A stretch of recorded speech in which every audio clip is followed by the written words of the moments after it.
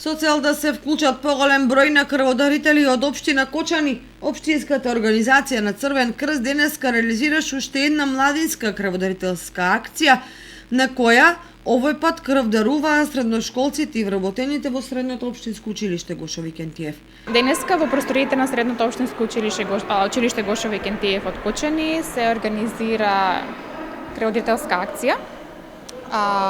Оваа акција започна во 11 часот и ќе трае до 15 часот. Акцијата е наменета за учениците во ова училиште, како и вработените лица во училиштето. Целта на овие акции е да се мотивираат младите да даруваат крв и да се вклучат во ова семејство на крводарители и хумани луѓе. Очекуваме акцијата да биде посетена од млади дарители. Претходно вчера беше исто така направена дисеминацијска сесија за крводарителство, на која беше објаснато процесот на дарување на самите ученици, затоа што станува збор за првократни дарители.